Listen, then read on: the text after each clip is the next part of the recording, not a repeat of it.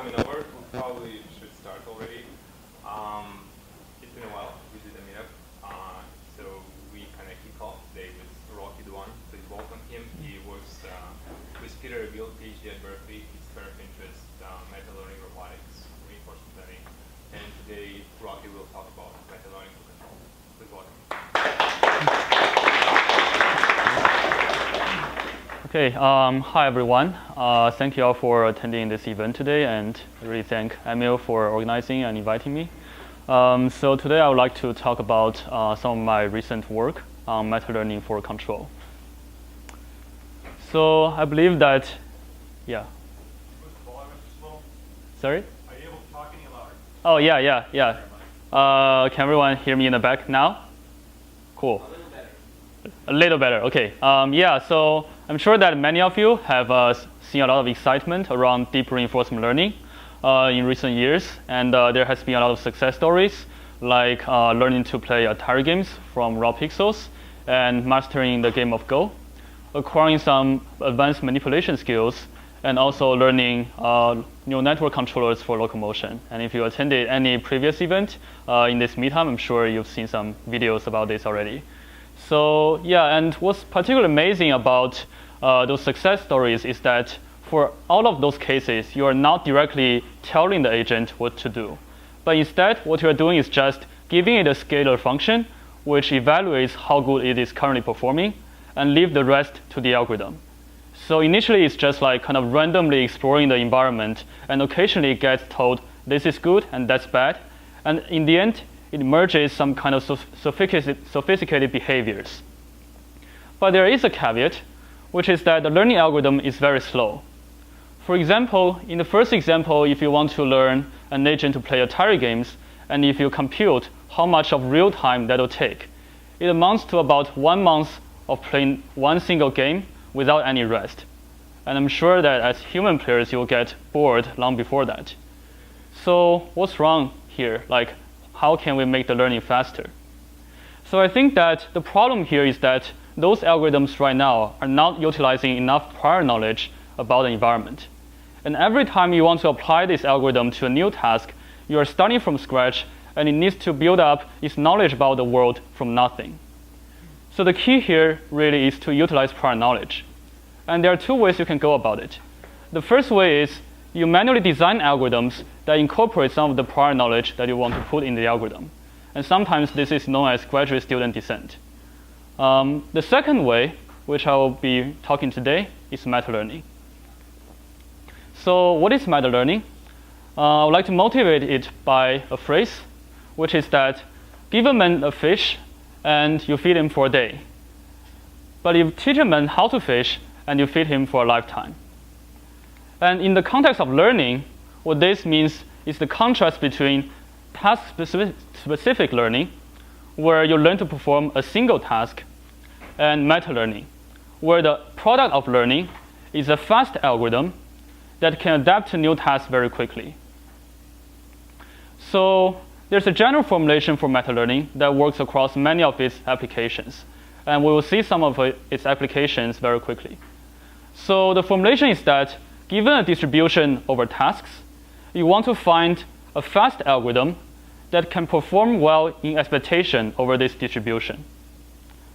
And more specifically, at training time, you will have many training tasks.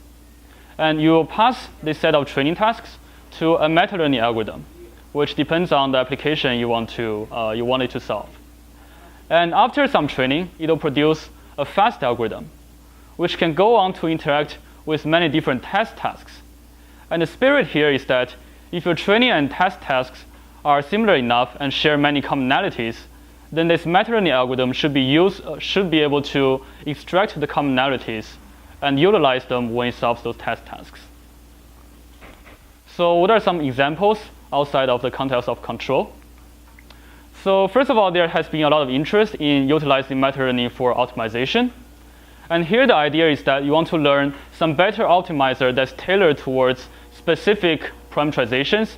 Say you want to tailor towards recurrent neural networks, and you might want to tailor towards specific loss functions. Say if you're optimizing for classification, or you want to optimize for neural style transfer. And the objective is to learn something that can work much better than, say, the normal kind of stochastic gradient descent. And there has also been some interest in using meta-learning for classification, where here the task distribution can be a different set of images. And one good example is the omniglot dataset, where there are thousands of different characters, and for each character you have a set of handwritten samples for them. And for this dataset, you can construct training datasets by sampling a subset of the characters and train a recurrent neural network which reads in the past characters and the associated labels, so that at test time, you can expose it to new characters, and you hope that you generalize to those characters with only a few examples. So this is in contrast to the normal kind of deep learning application to classification, where typically it'll take hundreds to thousands of samples per label. And so this is kind of a niche direction, which is meta-learning for generative models, but there has been some growing interest in it. The idea here is that instead of asking the network to output labels when given images, here you wanted to, after seeing a few examples of, say, drawing a character, you wanted to be able to generate new samples of the same character. So this is kind of like you have some kind of fast learner for generating new samples. So lastly, what about meta-learning for control, which is what we're mostly here for today? So first of all, we need to ask, what is the task distribution? So there are two extreme cases we can consider. The first case is that there's only a single task in your distribution. And if you think about what is the fastest learning algorithm in this case, it can essentially cheat because it's basically an exam with a single question. And you can directly memorize what's the optimal policy for this task and just output that without needing any interaction with this environment. So this is kind of boring, and what happens is that you are utilizing too much prior knowledge about this distribution. So that's kind of not very interesting. What about the other extreme? The other extreme is that you consider all possible tasks, for example, all mathematically definable Markov decision processes, and you consider them to be equally likely. And in this case, you'll end up with a very slow learning algorithm when you try to optimize for the performance. And what happens here is that you're assuming too little about the environment. And if you know about the free lunch theorem, this is kind of what's happening, but in the context of control. Because you need to rule out all the possible different alternatives that you might encounter otherwise. And so you're being too conservative about trying to extract patterns from your past observations. So what are some interesting cases? What we really want is to only consider subsets of the MDPs that we might actually encounter in the real world. And this is a very, very tiny subset of all the mathematically definable ones. So what are some examples? So for example, you can consider the different tasks to be different kind of maneuvers of helicopters. And each different maneuver will be a different task. And the shared structure among those tasks can be the dynamics of the helicopter, which you do not need to learn from scratch every time. Another example is, say, you want to assemble different furnitures. And I guess hopefully by the end of this talk, I can maybe build a robot to fix the stack of tower here, which I accidentally destroyed. And sorry about that. And the last example is, say, you want to tie different kind of knots and maybe utilizing different kind of ropes. So in all those examples, you may be varying the underlying dynamics of the environment or the reward function you want to achieve, or both. Okay, another aspect is how you specify a task. And in today's talk, I will be focusing on two approaches. The first is that you specify a task through reward. And this can be either you explicitly write down a reward function, or it can be, say, after you look at the trajectory and assign a binary label to it, telling whether it has achieved the job. And in this case, when we consider the meta-learning product, we get a formulation which is R squared. Another way of specifying a task is to instead demonstrate how you would try to achieve the task. And in this case, it's kind of learning by demonstration instead of by specifying a reward. And in the context of meta-learning, this will lead to a framework like one-shot imitation learning. So that's the outline of today's talk. I will first introduce those two frameworks, R-squared and one-shot imitation learning in sequence. And finally, I would like to talk about some future directions of meta-learning. So any questions up to this point? Okay, so let's get started with R-squared. So before that, let's look at the typical interfaces of reinforcement learning. Typically, we have some environment that we want the algorithm to interact with. And it interacts with the environment by taking in observations, and then it generates some kind of actions. And after taking actions, it receives feedback in the form of a scalar reward from the environment. And after it interacts with the environment for many time steps, it will output a policy as the result of its own interaction. And the hope is that this policy will perform well in the sense of maximizing the total reward it can accumulate in the environment. And when you deploy this policy, it continues interacting with the same environment by taking observations and output actions. So what if you have multiple environments, say environment A and environment B? In the normal RL case, you will try to apply the same reinforcement learning algorithms separately to those two environments. And after some training, it will output separate policies, some other tasks we want this helicopter to perform. So now we sample another reward function. And we will also need to reset the state. So for example, if your helicopter crashed here, and if you start with the crash state, you won't go anywhere. So, well, we're assuming we have a simulator. So we want to start with like the helicopter in the original state.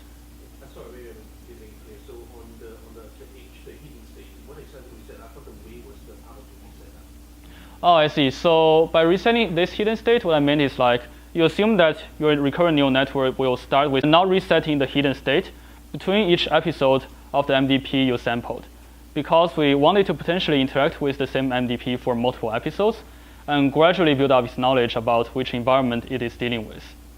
So it's kind of similar to how an RL algorithm will get to interact with an environment for multiple times or multiple episodes. Another key difference is that normally your policy only takes in observation and outputs actions. But now we're modifying the interface slightly so that you can also take in the reward function and also its previous actions. So it's kind of a tiny change, but the philosophy is that we want this policy to have exactly the same interface as an RL algorithm. Okay, so let's look at some of the examples of applying this. So the first two experiments will look at some cases where there are theoretically justified algorithms that we can compare with. So those are algorithms designed by experts that we can publish paper and state guarantees that those and those algorithms will perform well asymptotically, say almost optimal. And there are a few categories of simple tasks. One category is multi-armed bandits. So this is a setting where you have bandit machines, and each bandit machine can have some unknown probability of giving a binary reward. So as a gambler, what you want to do naturally is to maximize your outcome.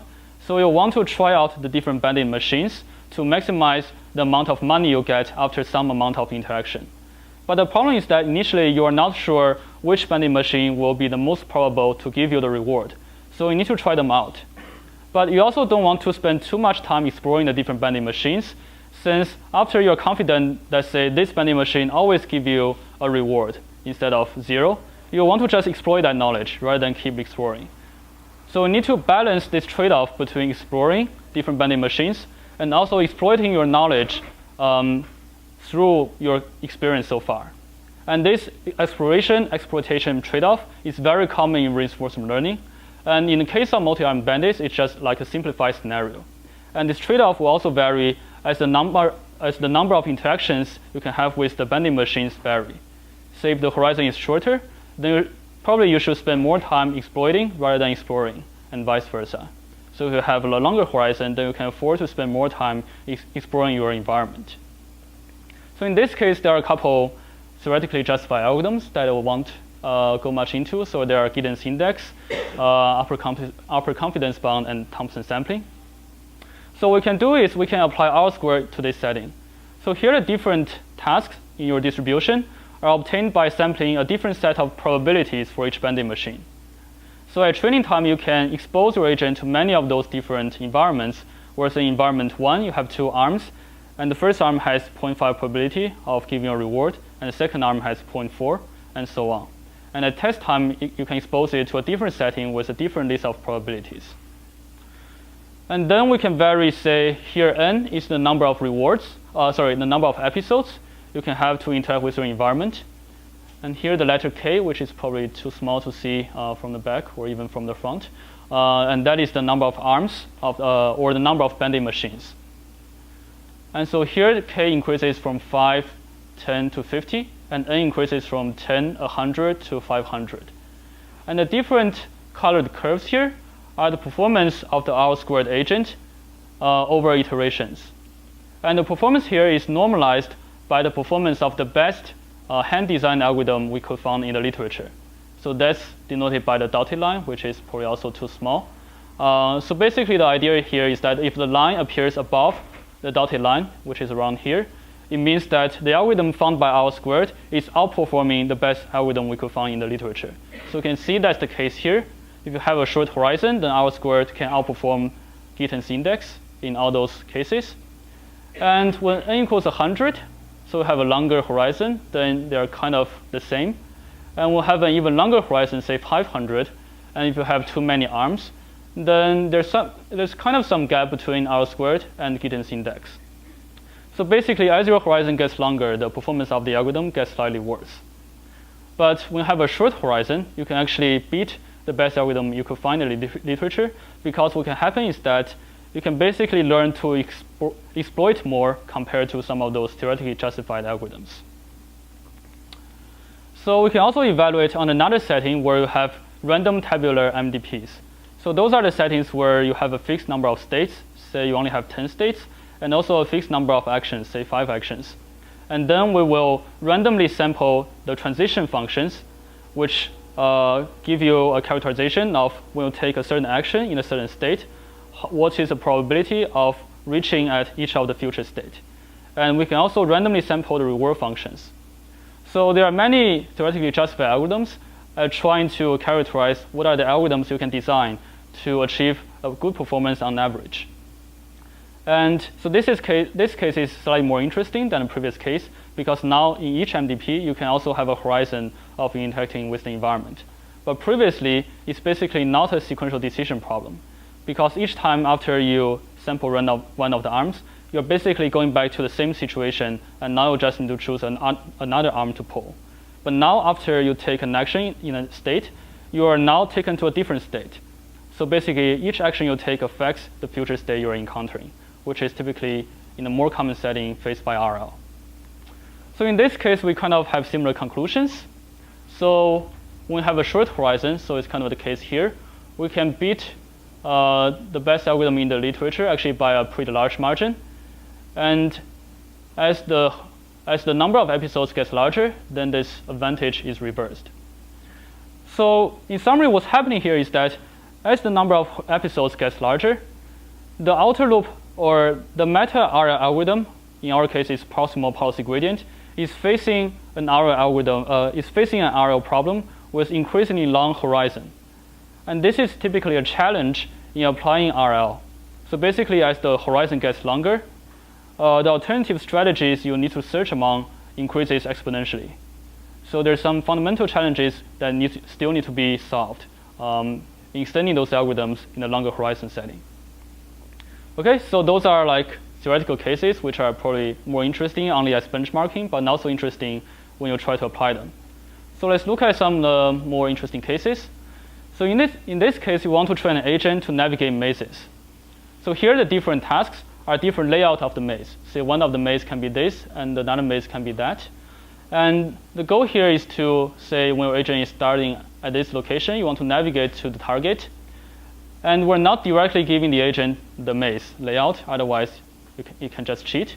And all you can observe is the first-person field of view, just as typically you can have in a game. So before learning, well, as an RL algorithm, you're kind of just like randomly taking actions, and you're kind of hitting walls all the time and not really going anywhere. And after training this agent, it actually learns much more consistent motions, turn around, remembering where it has already visited. And then when it finds the goal, in the second episode, it can just directly reach the goal without doing any of the explorations it needs to do in the first episode. So in this case, it kind of learned a very fast algorithm specific to maze navigation setting. And typically, if you want to, say, apply normal algorithms in this setting, it will require many more episodes. Then in this case, it only requires 2 episodes to learn this environment. Okay, so if you are interested, there are also some other readings that I recommend you to check out. So the first 2 papers considers the navigation setting, but in more detail. So they propose some kind of auxiliary rewards in addition to the normal RL objective that you can apply.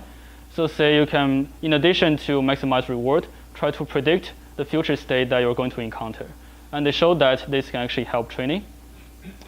So the next paper from DeepMind actually has very similar ideas to what I just described today, but they are motivated more from a cognitive science perspective.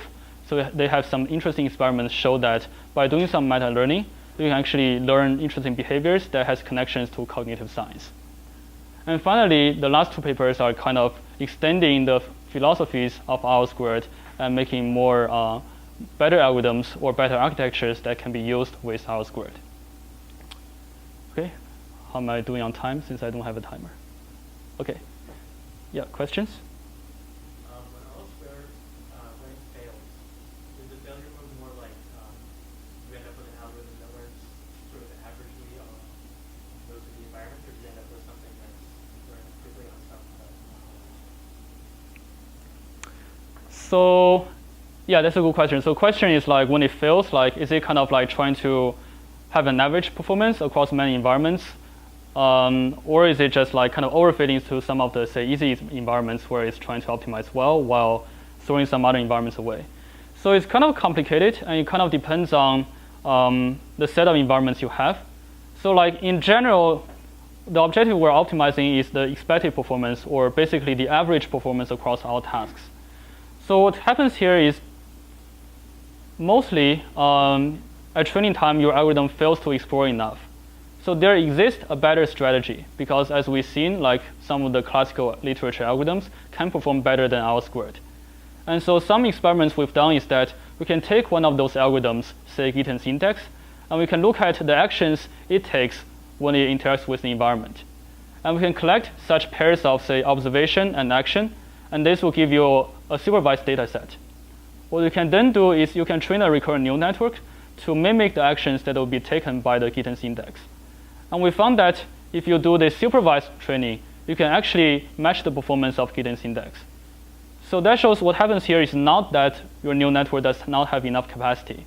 It's more about your training algorithm at training time failed to explore enough of all the strategies you could have performed and efficiently match your neural network weights to that strategy. Other questions? Okay, so far what we covered is a setting where you specify the task to rewards.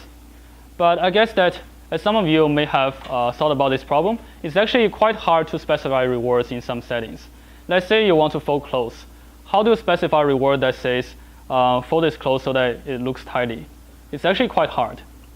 Instead, it might be easier to just demonstrate what you want the robot to do. And in this case, we also want to enable our robots to have the ability to learn to perform the same task very fast.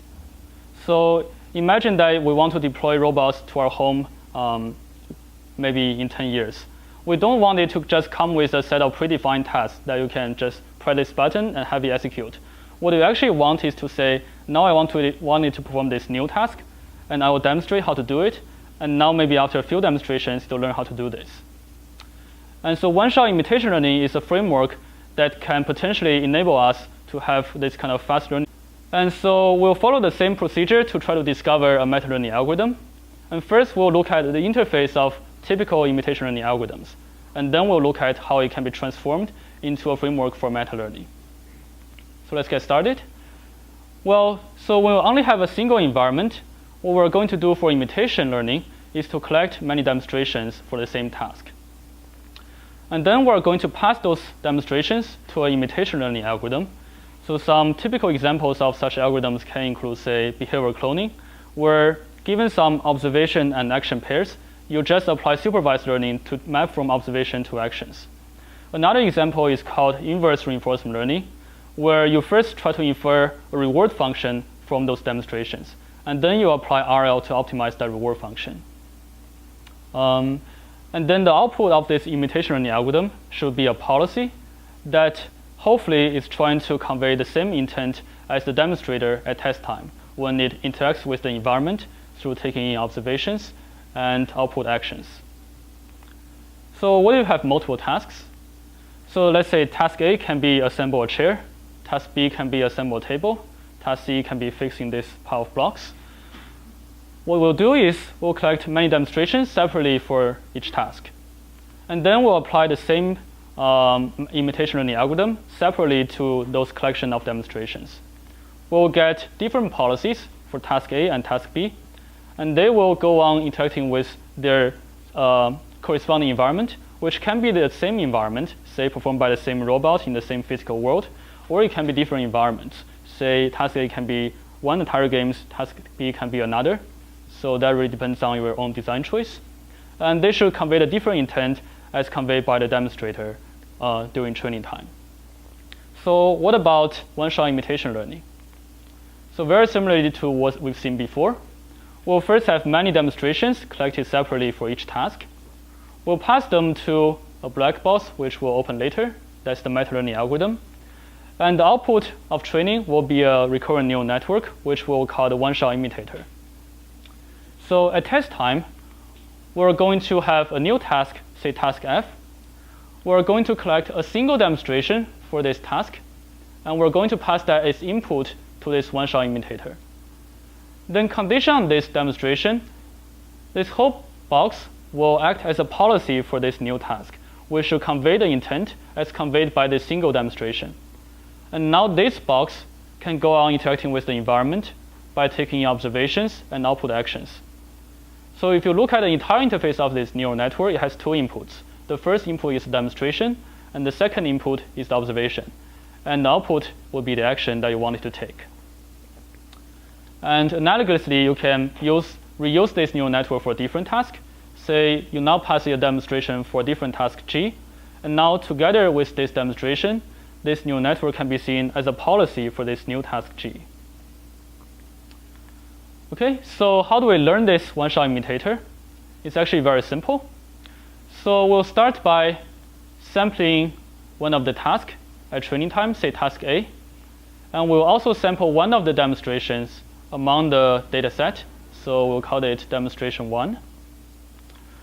And then we're going to sample a second demonstration from the same task, and one of the observation among the time series of the second demonstration. And we'll pass both the first demonstration and the second observation as input to the neural network. And so condition on those two inputs, the neural network will output a predicted action. And from the training data, we'll also have a corresponding ground truth action given by your demonstration in the second demonstration. So the spirit here is that when conditioned on the first demonstration from the same task, we want the neural network to do the right thing as governed by the second demonstration. So we're basically taking pairs of demonstrations as examples of how you should generalize in a new situation, where the situation is given by the corresponding states in the second demonstration. And then, given those predicted action and the corresponding ground truth action, we can just form a supervised loss. So this can be cross entropy or a squared loss, and then we'll just use gradient descent to minimize this loss. And then we can sample another pair of demonstration 1 and demonstration 2 from the same task, say task B, and we repeat this process until the training has converged. And then we can test this neural network on a new task and see what is its performance. So any question about the training procedure? Can you talk about one more time about like how you do this one? Give a little bit more concrete example like how you do this one-shot imitation, like how you demo it, right? So me how collect demonstration at training time, or how this process is done? That process, yeah. Right. So this process happens after you collect all the demonstrations. Right. So let's imagine that, say, you have many demonstrations for assemble a table and many demonstrations for assemble a chair. And these demonstrations can potentially vary by the initial position of all the blocks. but no matter where those blocks are, you want to have an end product of putting together a table. So let's say you now take two demonstrations. One demonstration where it knows how to put together a table when the blocks are together here. Another demonstration where the blocks are initially here.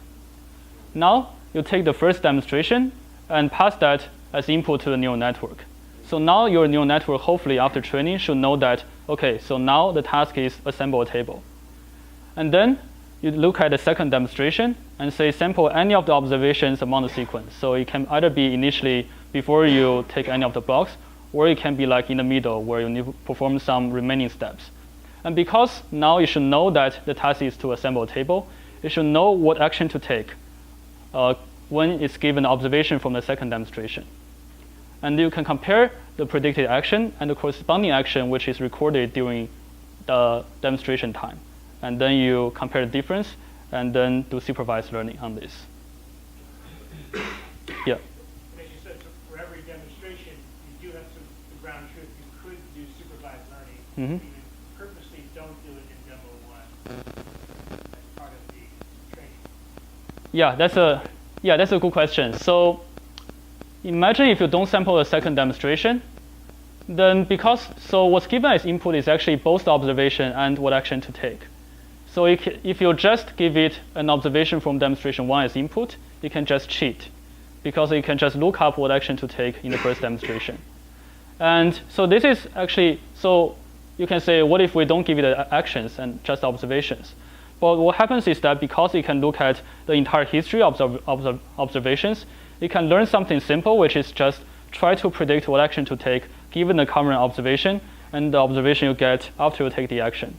So it will actually learn something that is not desired. So the purpose of sampling pairs of demonstration is to force it not to cheat. And by cheat, could you also call that make a giant lookup table? From all the examples, So you don't want it to do that. yeah, so it doesn't even need to make a lookup table inside its weight, because the input observation and action is just given as input. So we can just do is look at the input observation and then compare that with all the sequence from the first demonstration and just output the corresponding action. So you can actually have a very small neural network that performs that job. But instead, we wanted to really learn the semantics of the underlying intent from this demonstration. So this would be something more sophisticated than the alternative. Yeah. So why have a supervised loss for demonstration? That seems like handholding, right? Yeah, that's a good question. So this supervised loss is not directly saying, say, only give an observation what action to take. So this is like, because you already know what action to take from the demonstration, you are just like comparing the difference in the actions. So this supervised loss is not saying, say, after you have this demonstration, what is the underlying task? So what happens in a typical imitation learning algorithm is that we'll only have this box. So there's only one task. And you don't need to sample the first demonstration, since like you only have one task, so there's no need for conditioning. What you will do instead is just sampling pairs of observation and action among your demonstrations, and you will also form a supervised loss between the predicted action and the ground truth action. So what's different here is that because the neural network does not yet know which task it's facing, you need the conditioning to give you enough information, but the entire training procedure otherwise is completely the same. So you can imagine otherwise that if you don't want to use a supervised loss of matching actions directly, you could also take any of the inverse IO algorithms in the literature and do something like that. Other questions? Okay, so let's look at some of the examples. So kind of sarcastically, the task is block stacking. So here the different tasks are we want to stack the blocks into different patterns. So let's say initially you just have those blocks randomly scattered on a table. And then one of the tasks can say I want to stack block A onto block B. And another task can be I want to stack block B onto C first, and then block A onto B. So you can have different layouts of those blocks. So what we don't care about is say you precisely want this block to be lying here. We just want to achieve the same relative position of the different blocks. So this is kind of a convenient way for us to programmatically generate a lot of different tasks, and it serves as a proof of concept of verifying whether this framework can achieve generalization to new tasks on scene at training time. So let's say at training time you train on some patterns, and at test time you want to test whether it can generalize to new patterns. And you can imagine that potentially this can be applied in practice to, say, assemble different furnitures, which basically correspond to different layouts. So here we'll control a fetch robot in simulation, and the input is basically the robot state, so all the joint angles. And here we'll actually not use image as input to save some training time, but we'll assume that you can directly access all the positions of the different blocks.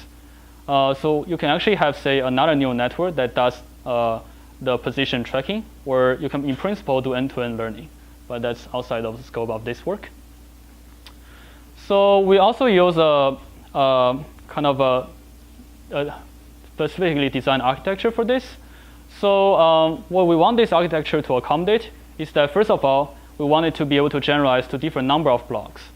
So let's say you want it to be able to stack one block on top of another, but in another task, you might be facing 10 blocks instead of just 2. So you kind of need to be able to structure your neural network so it can handle different number of inputs, because we are directly giving it the list of coordinates. Demonstration can, in principle, be very long. So we're talking about, say, a demonstration that consists of thousands of time steps, which is typically much longer than the normal recurrent neural network needs to deal with.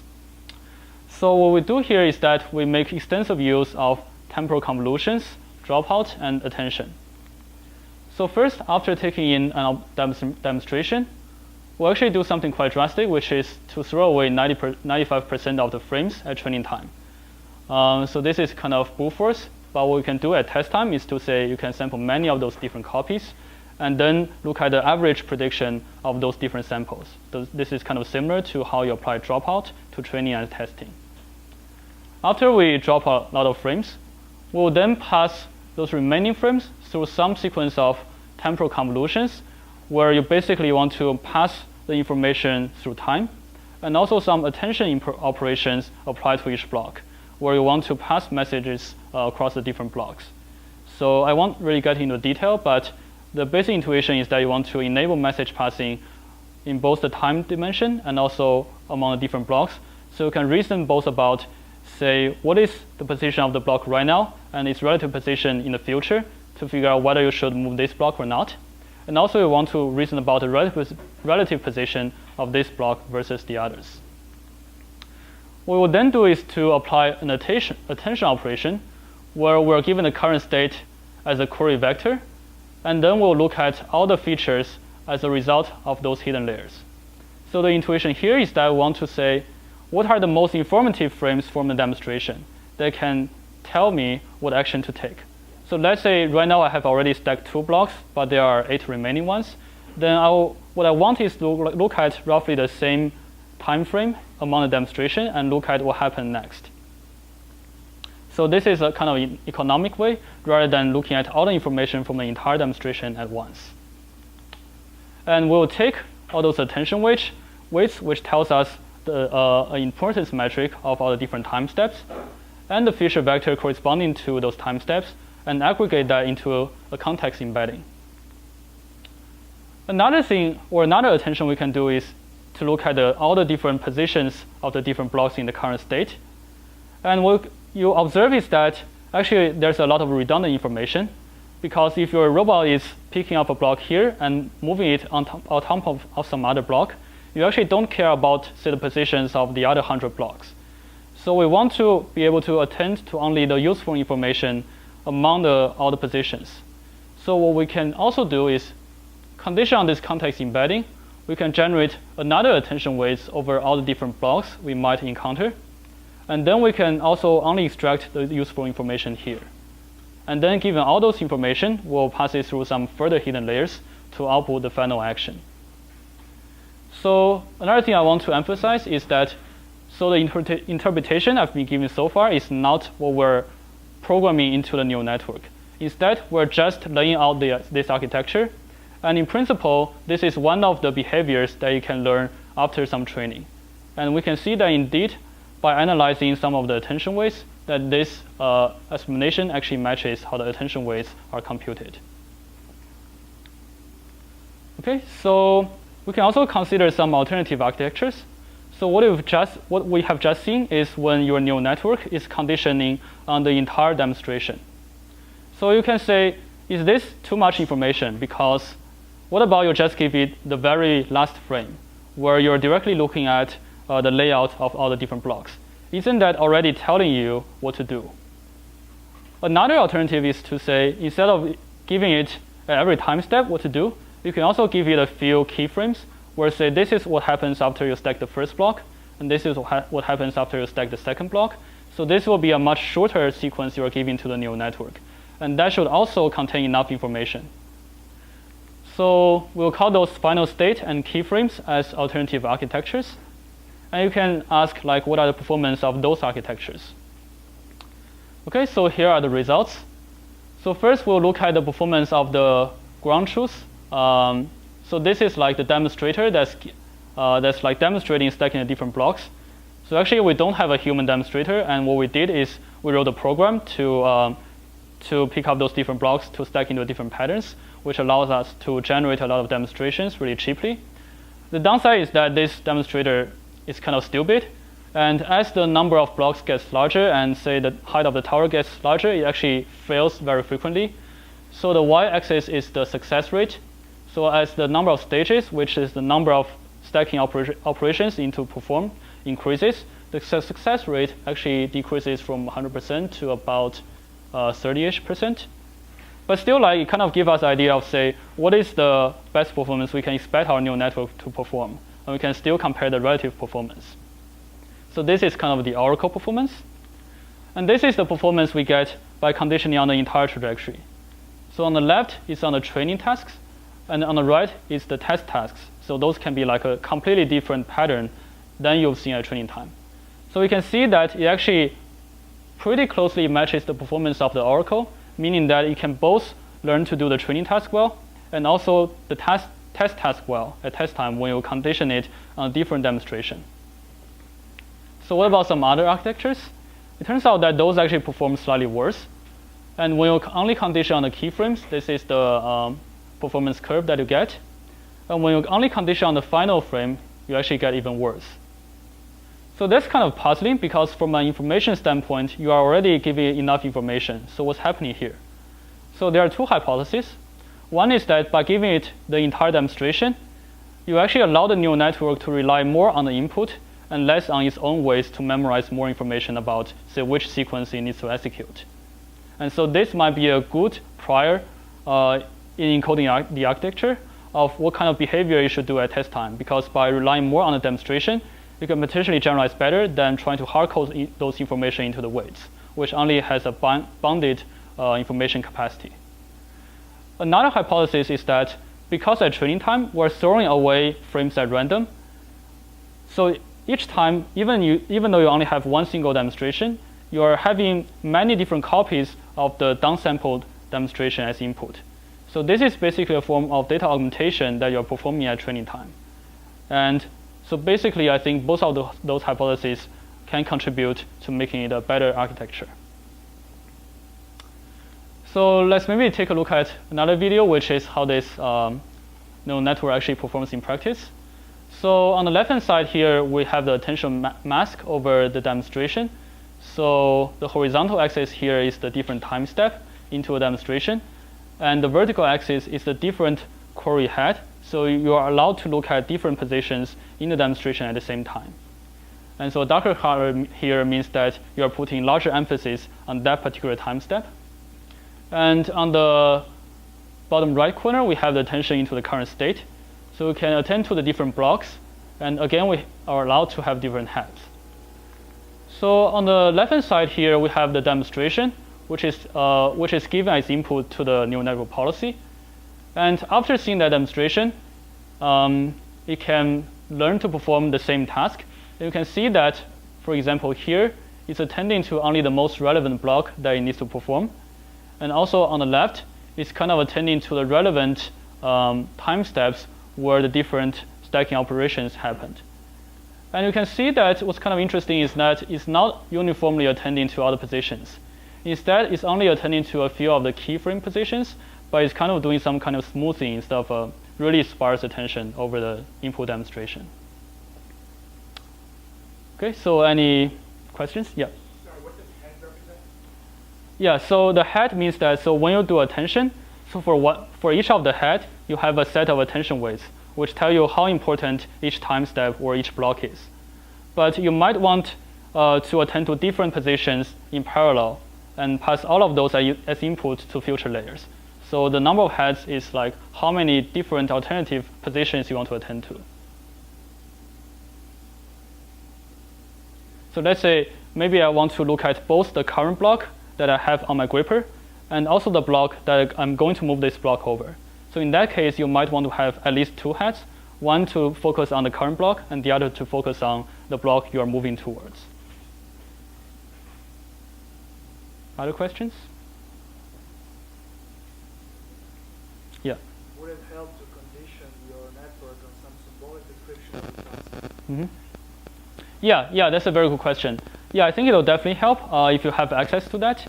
And in this example, it's actually very easy to describe the task symbolically. But I think the spirit of this work is that it can also enable you to apply this to scenarios where that's less straightforward.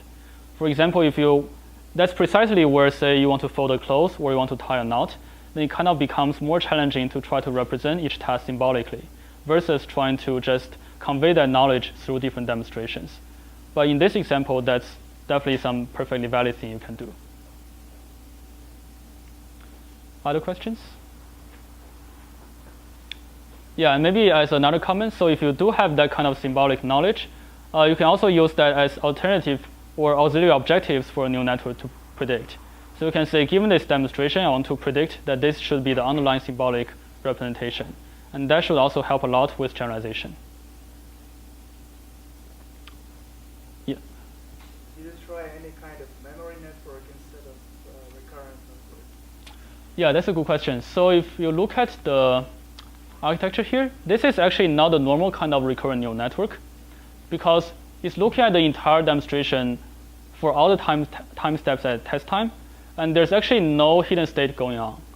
So you can already think of this as some kind of memory network where you are not modifying memory, but you are assuming that the entire demonstration sits inside the memory. But alternatively, you can imagine doing something where, say, you first process the demonstration time steps one by one, and then feed that into some memory, which you query at test time. Other questions?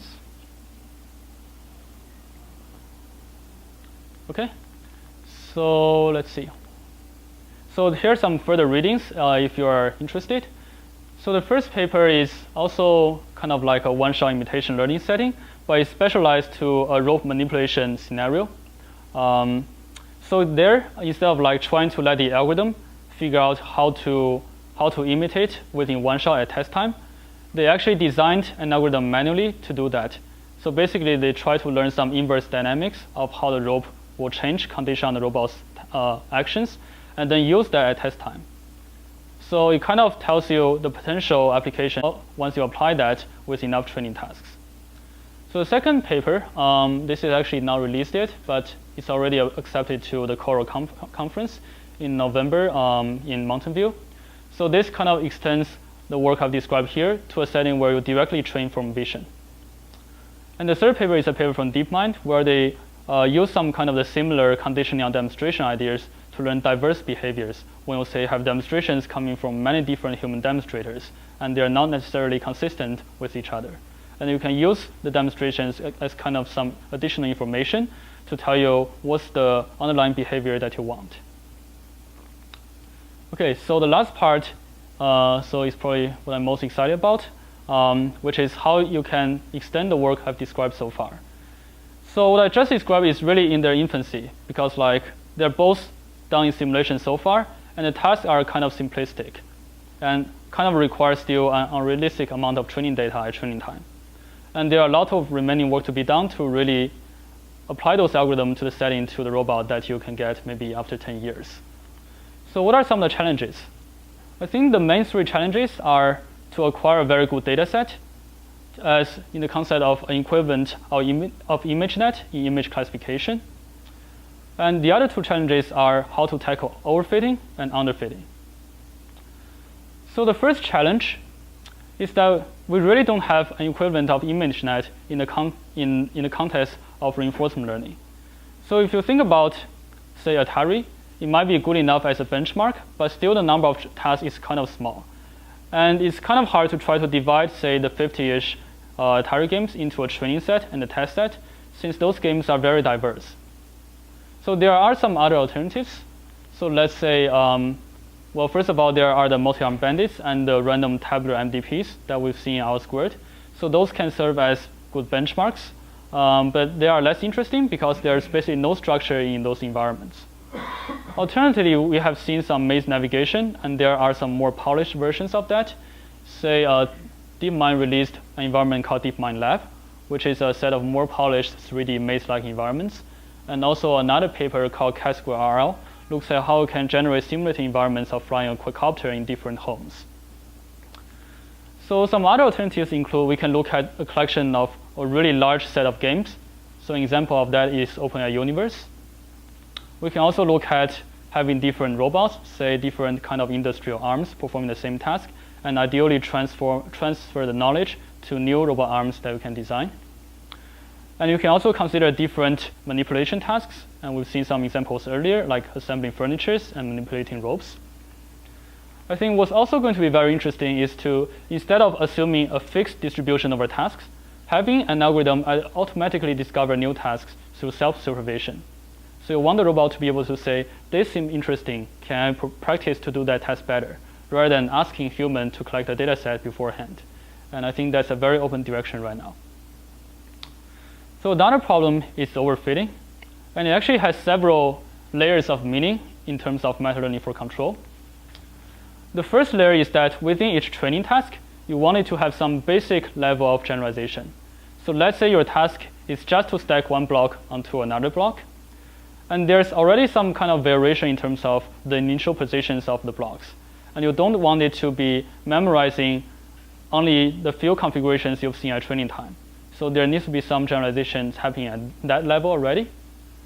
The next level is to say, after seeing some training tasks, you now want to generalize to new sequence of operations that reuse the underlying same set of skills. So in terms of block stacking, you are basically reusing the skill of picking up a block and putting that on top of another block without shaking the tower. And that's basically the same skill that's being transferred. So a yet harder level is to actually acquire new skills at test time. So say after training on both tying some ropes and also on assembling some furniture, can you go on to say playing some new kinds of different manipulation? So this will be even more challenging than the previous scenarios. So what are some strategies we can tackle overfitting? Because like in the end of the day, we only have a finite number of training data. But still, I would say the first thing to try to do is really to collect more data. Because if you consider this current scenario of reinforcement learning, we really don't have enough data compared to, say, ImageNet. And what we can do is to, say, go in industry and look at what are the current tasks performed there, and to collect a set of meaningful tasks that we can ask our robot to perform.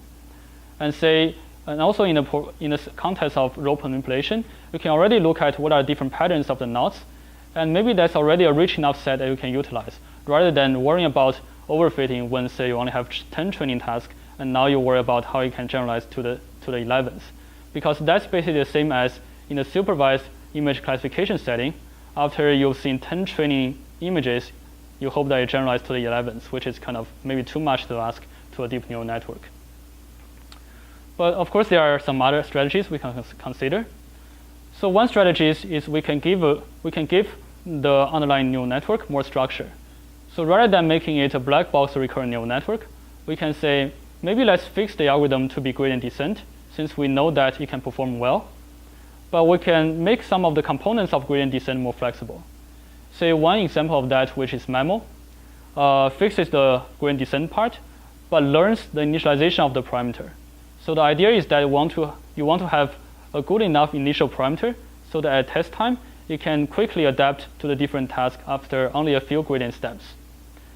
And you can imagine extending it even further to have more flexible components. So in addition to the initialization, you can imagine also make the learning rate flexible. So there are also some work on that. But in reinforcement learning, there's more. You can say make the exploration strategy more flexible. You can make the credit assignment more flexible. And there are many other alternatives. You can also consider better regularization techniques to limit your algorithm from becoming too specific. So in supervised learning, we kind of know some good answers like L1 or L2 regularization. And you can also apply dropout. So all they're trying to do is to limit your network's capacity. But there may be better ways you can limit the capacity for in the setting where you're hoping your neural network to learn an algorithm. And there might be a different concept of simplicity that we can apply in that setting. And finally, we can think about better data augmentation strategies. So we've kind of seen a very simple examples earlier where you are dropping out frames in a demonstration.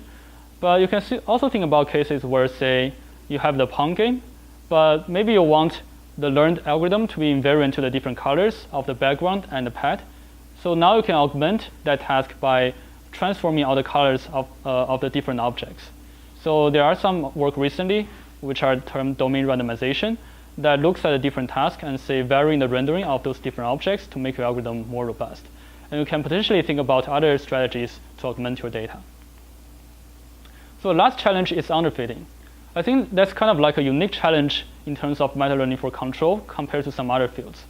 Because our usual understanding is basically your algorithm usually shouldn't worry about underfitting. If you just increase the capacity, then eventually the training loss go to 0.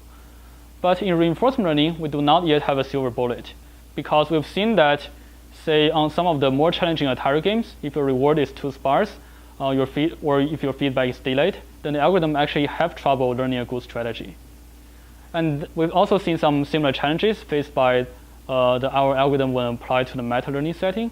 For example, as the horizon or number of episodes gets larger, you actually perform worse than the theoretically optimal algorithm.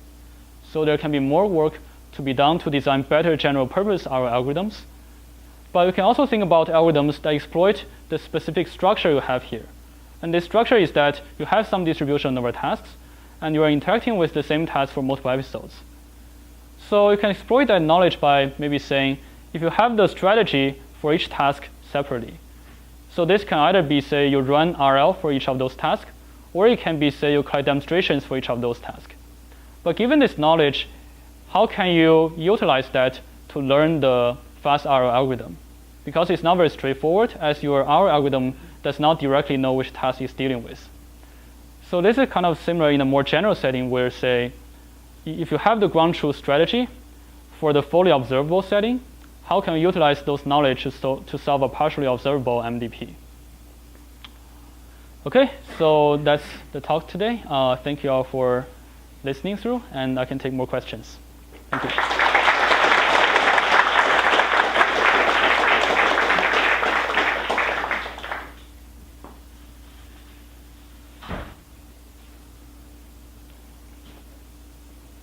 Or we can take questions offline. All right, thank you, Robbie. Thank you for your time. Thank you.